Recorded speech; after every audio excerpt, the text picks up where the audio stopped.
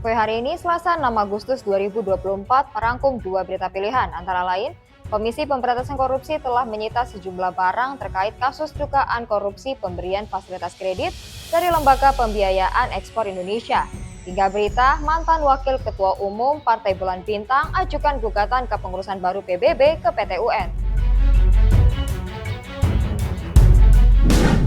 Komisi Pemberantasan Korupsi mengamankan sejumlah barang bukti usai melakukan upaya paksa penggeledahan pada 2 rumah dan 1 kantor perusahaan swasta di Balikpapan, Kalimantan Timur. Kegiatan penggeledahan tersebut dilakukan KPK pada tanggal 31 Juli sampai dengan 2 Agustus 2024. Kegiatan penggeledahan itu berkaitan dengan penanganan perkara dugaan korupsi terkait pemberian fasilitas pembiayaan dari Lembaga Pembiayaan Ekspor Indonesia atau LPEI. Adapun berbagai alat bukti yang diamankan berupa uang senilai 4,6 miliar rupiah, 6 unit kendaraan, 13 buah logam mulia, 9 buah jam tangan, 37 tas mewah, serta 100 perhiasan yang terdiri dari cincin, kalung, gelang, anting, dan liontin, serta barang bukti elektronik berupa laptop dan harddisk. Juru bicara KPK yang berlatar belakang penyidik itu menyebut, barang bukti yang diamankan itu diduga ada keterkaitan dengan perkara dugaan korupsi yang tengah diusut oleh KPK.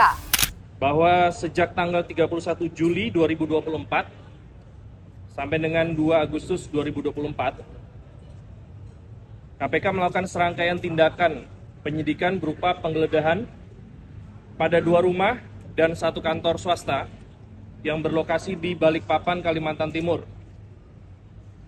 Rangkaian penggeledahan tersebut terkait dengan penanganan perkara dugaan tindak pidana korupsi, pemberian fasilitas pembiayaan dari Lembaga Pembiayaan Ekspor Indonesia atau LPEI.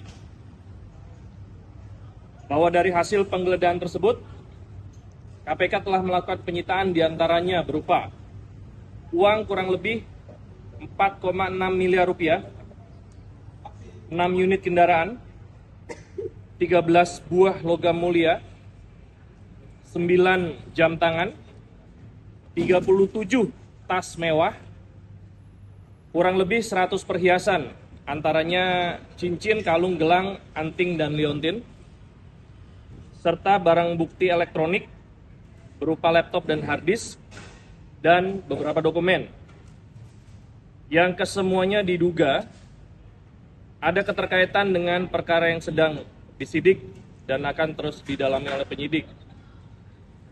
Demikian untuk rilis kelembagaan terkait penindakan Komisi Pemberantasan Korupsi hari ini.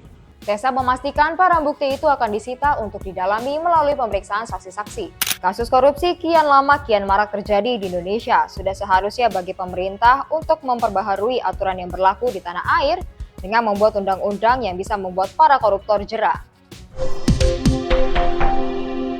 Selanjutnya, mantan Wakil Ketua Umum Partai Bulan Bintang dan sejumlah anggota PBB lainnya bersama dengan kuasa hukum ajukan gugatan kepengurusan baru PBB ke PT UN.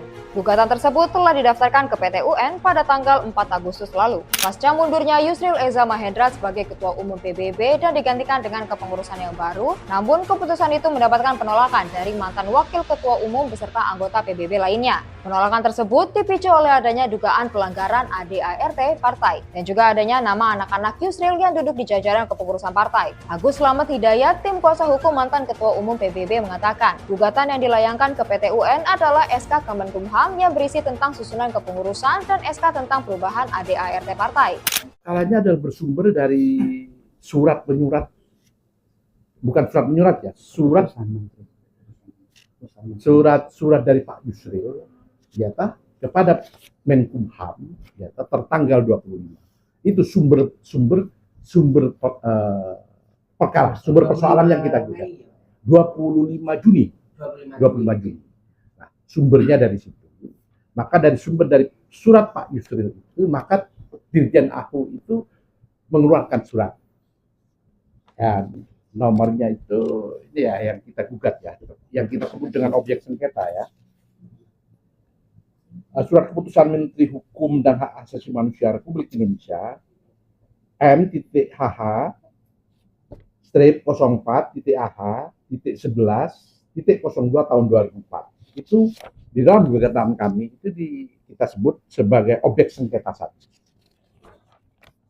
Sedangkan objek sengketa 2-nya adalah ini.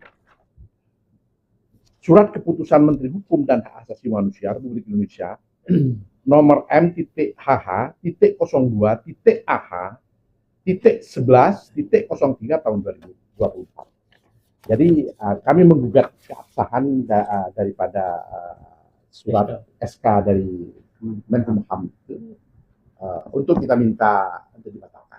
Karena itu didasarkan kepada sesuatu yang bertentangan dengan hukum dan bertentangan juga dengan ADART. PBB saat ini dikomandoi oleh Mas Duki, sedangkan anak-anak Yusril yang duduk di kepengurusan adalah Yuri Kemal yang menjabat sebagai Wakil Ketua Umum dan Kenia Khairunisa yang menjabat sebagai Bendahara Umum PBB. Fenomena ordal atau orang dalam memang telah banyak terjadi di kalangan masyarakat. Pertanyaannya, apakah anak-anak dari Yusril Izzah mampu memimpin dengan baik atau hanya sekedar memanfaatkan koneksi?